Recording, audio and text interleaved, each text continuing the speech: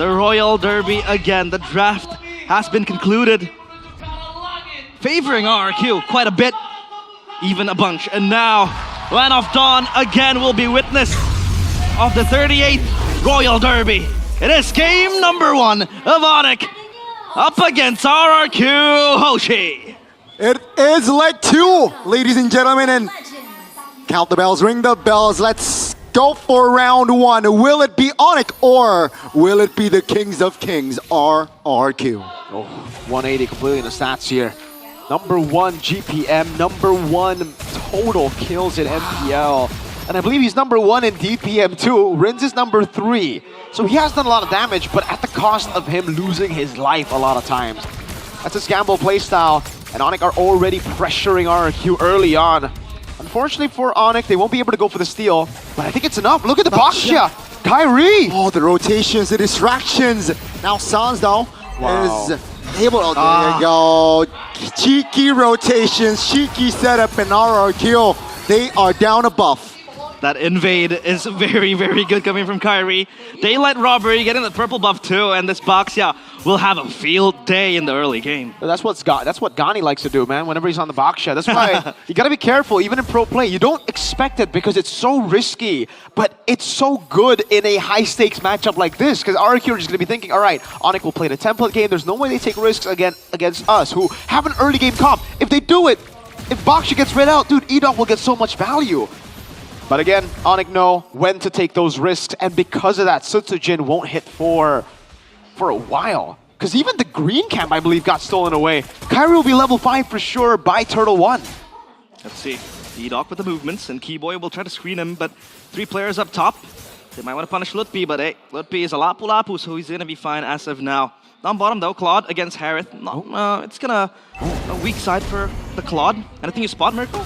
Yeah, they want to go for the clear instantly. Kyrie, good move. He has the concussive blast, so he's helping with the clear and instantly goes for the shield unity. Let's see, looking for an opening. An attempt. Rez Juke. That's gonna be the stun. Shield unity on towards Rez though. Lutpi popping the British fighter with the flicker. Rez deleted.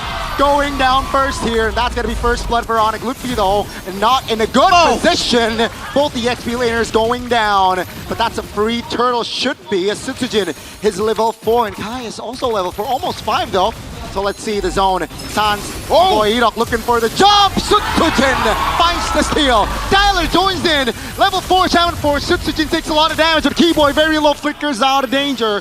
But that's the Claude taking a lot of farm in the bottom side. A small win, and now make it a big win. Because Toy is able to shred down the plates and get gold for himself. The turtle as well in the hands of the mercenary. So good by RRQ, and this is what I mean by playing towards their strength. They know that they will have that early game, and they hold up top. Rez.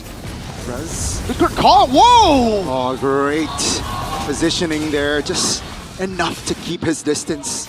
Whoa. Talent predictions by Gope. RRQ versus everybody. That's what they say. Wait, Ranger Amas not going for RRQ. He usually goes for RRQ, right? Always. Might be a case of a jinx. They need Arashi right now. Well, a set of 2-0 predictions. Bar all maybe. With that 2-1, a cheeky 2-1. Keyboy might look for a pick off, but no one is nearby, so I don't think he can go for that commitment. Yeah. But now though, RRQ, this is, I think, a good start for their early game. How do they want to translate this into even greater, leads? Firstly, composure. They need composure. RRQ have always been really good when they are able to control the tempo, when they can decide what to do next. That's why BTR were able to beat them. They just went for team fights and team fights. Chaos beats RRQ.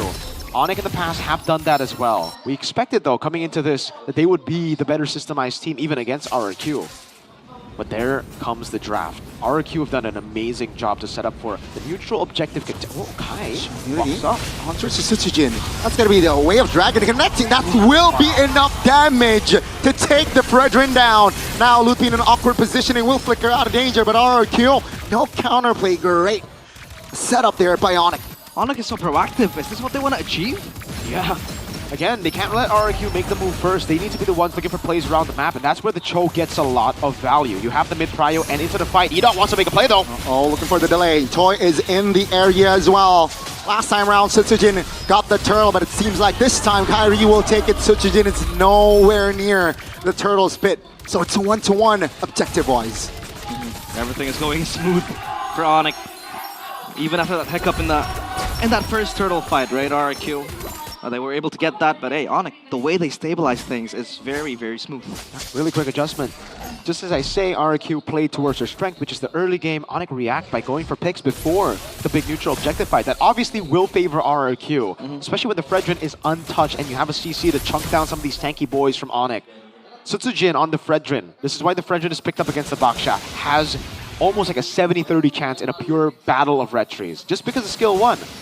Baksha will lose out and the red tree will win out in the team fight. Is usually how it goes for this matchup. Let's take a look at the emblems here. Brute Force Rush for Sutsujin. Again, he knows what he needs to do is secure neutral objectives. So he wants to get out of the CC lockdown that ONIC wants to keep on him for the most part. That was a steal? That was Kai? That was a steal, Steals yeah. it away, has the Molten Essence and an instant blade armor. Wow. They have put a lot of respect here on Toy. Aside from the buff for the blade armor, what is the logical reasoning behind Kyrie rushing blade armor first item? Toy. Toy. They know that later on Toy will shred, but only if he gets to his item power spike. And that usually comes through Claude being active around the map. Stun, not landing, Rez gets out. So Toy hasn't really been active. He's actually stayed in the gold lane, which means that he should be active Turtle 3 because he's gotten a lot of gold. He's going to be quite ready. I'm going to take a look at the items real quick. Yeah, he's going to be ready very, very soon. He's actually went for the corrosion into DHS straight. Keyboy. Oh, that's engaged. That's a cancellation with the Wave of Dragon. Edoc very low, flicker out of danger, but Kyrie precise finds the kill on towards Edoc. Again, 5v4 just before a big neutral objective on the board. Yep, RRQ, they are known for high tempo in the early game, but ONIC, they bring it back. They bring the beating onto them. Keyboy, stuck in no man's land.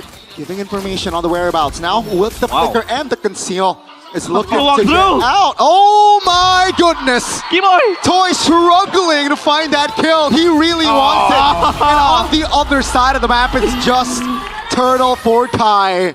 My, oh my, Keyboy with the escape. He's an escape artist. He really is, man. Just like in Season 11, but RRQ are able to get a trade down in the bottom lane at least. It's not horrible. They are still quite stable.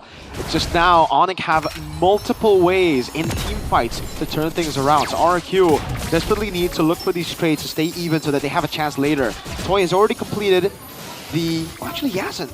There you go. DHS. I was about to say that's weird if he hasn't done it already. And he's going to get into the Golden Staff. Now, when he gets the Golden Staff, that will be the massive power spike. But this in itself is pretty good. That's why the Blade Armor came in quick for Kai. He knows that Toy will be active quite quickly with the 2 items. So now that kind of negates it. If Toy doesn't target the backline and instead just beats on Kai, it'll be him who gets the bad trade. Gold lead, it's actually the roamer, Keyboy, who's been opening up the map way more than Edoc, has been clearing out waves way more as well. So he's ahead, and it's cool to see because right now that 1,000 gold lead is irrelevant, that means, because it's only on Keyboy. Yeah. Keyboy. Might look for a pick off. Kyrie, under pressure, lift it up. Oh, again, just Kai. Oh, that's the ejector though, landing on Keyboy. In the mid lane, it's Sutsujin facing Kai.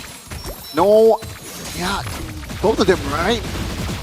Not pulling the trigger just yet. Yep. As just clearing the waves, hovering around, perhaps looking for an opening, but not really liking the risk just yet.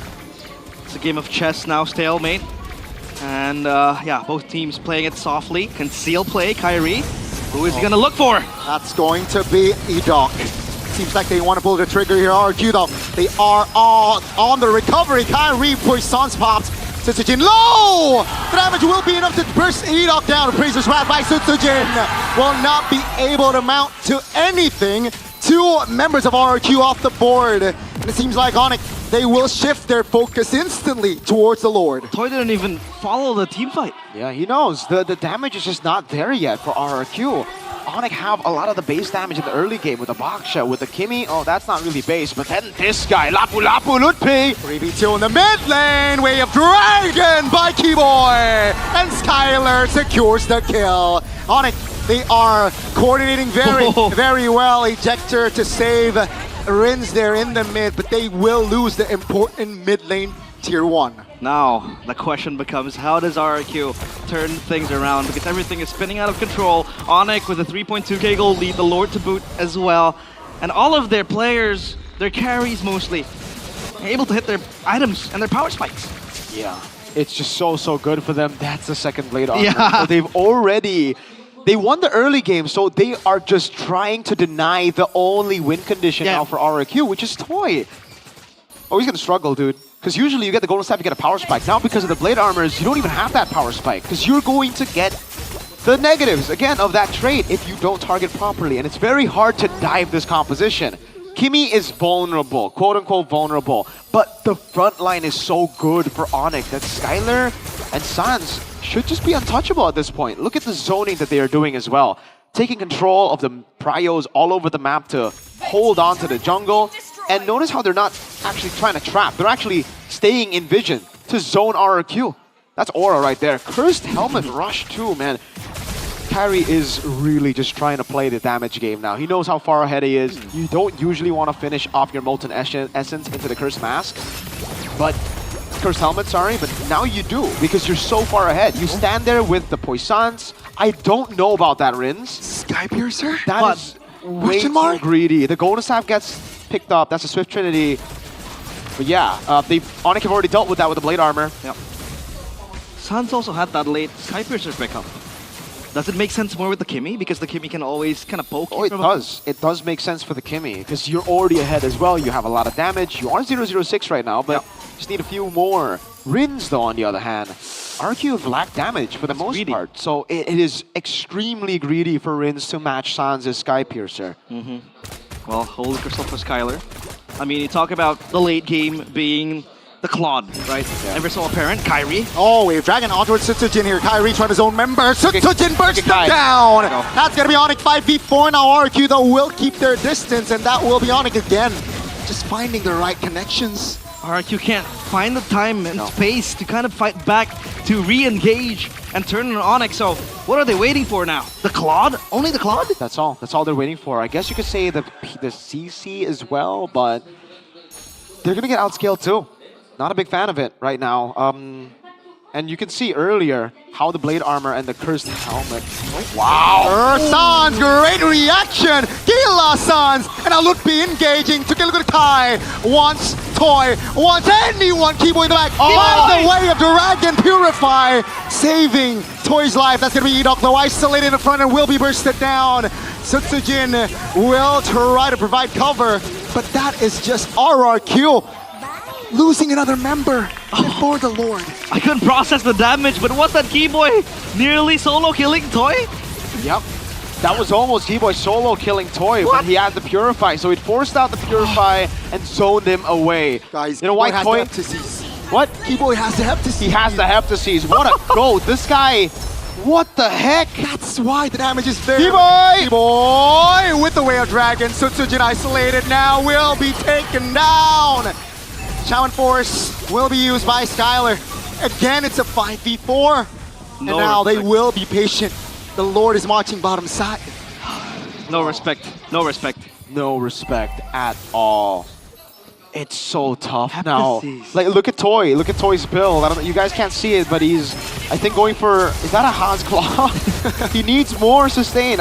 Earlier, he can't hit Keyboy because if he does, that's a Blade Armor on him. Keyboy wants to look for another angle here. Yep. Great siege, Lutfi! Oh, look, no flicker though on that Lapu Lapu. Looks for the siege. That's the two-man stun. That's Rins again. Pops the ult just to get away. A structure taken down. ONIC playing it slowly, but they're able to find the angle. There you go, folks. Confirmation. It is not. Your eyes did not deceive you. Yes, it is a Heptasis and a 2,000 gold lead for Keyboy, a 2,000 gold lead for Sans, a 2,000 gold lead almost for Lutfi, and a 1K for Kyrie. Only 400 for Mr. Skylar, but it's A-OK. Holy Crystal, Divine Glaive, he's fully built up. Sky Piercer now at 30 stacks with 3 kills. Brute Force all around as well, so it's going to be very difficult for RRQ to even CC lock them. Yeah. Man. Okay. Well. A slow and painful death awaits RRQ. It's going to be a slow burn that RRQ will not happily entertained because ONIC now, they have the grasp Conceal. of this game. A conceal play. Keyboy might look for engage. He has to flicker, but it seems like Lord. he will be just looking for the orange there. Kyrie He gets will it. not have the orange, so yeah, 60 seconds on the clock for that next Lord, so expect ONIC play it a little bit passive here till Oh. maybe RRQ overextends. Yep, that was the Malefic Roar. And that Vampire Scepter might just be a win of nature?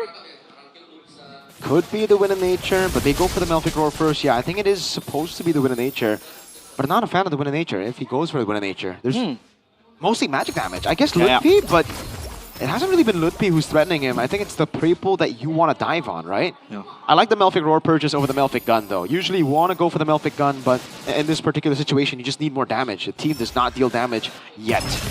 Another attempt from Edok, but the Bravest Fighter comes around, and Kai looks like he wants to go, gets lifted up. They disengage. Yep. No option for RRQ. All they have to do is just maybe look for a pick-off, but again, they're together. Traction pulls Edok in. Oh, both teams going back and forth here. That's a taunt onto a Ski Boy though. So tanky. Again, just waiting for the right timing here. Both of the team, especially knowing that the Lord is up. RRQ, what's the call here? It seems like they will let this Lord go. They're lacking damage. It's only the Claude. They have no shred from the Mage, from Rez even. The CC you expect will try to shred the players of ONIC, but it just doesn't happen. Yeah, there's no way. The CC cannot shred when he's behind. Oh my lord, I thought he was gonna take it. Well. Okay, so Toy actually sells the Scepter, goes for the Magic Blade. So he's gonna go Rose Gold, which again is the better choice over Wind of Nature. You do not want Wind of Nature in this game. You would want something else. Maybe a Magic Defense item or Rose Gold for additional sustain. I just don't think RRQ have enough damage right now, man. I really don't. The damage from Toy won't even be enough right now because, oh man, Kyrie and Keyboy are on the way to Dominance Ice. There are already 3 Brute Force breastplates with 3 blade armors across the board. There is a Dominance Ice again built on Kyrie and Keyboy on the way. When they get that attack speed is going to be significantly lower. Kai! Shield Unity, that's an ejector. Kyrie under the main base. Lord though will distract the members of RRQ. Shaman Force popped by Skylar! That's going to be the free hit though by Skylar Toy. Trying to find the damage. Skylar surviving! Sisijin goes down. Sounds finds the Bayon wins, and the main base will be destroyed. ONIC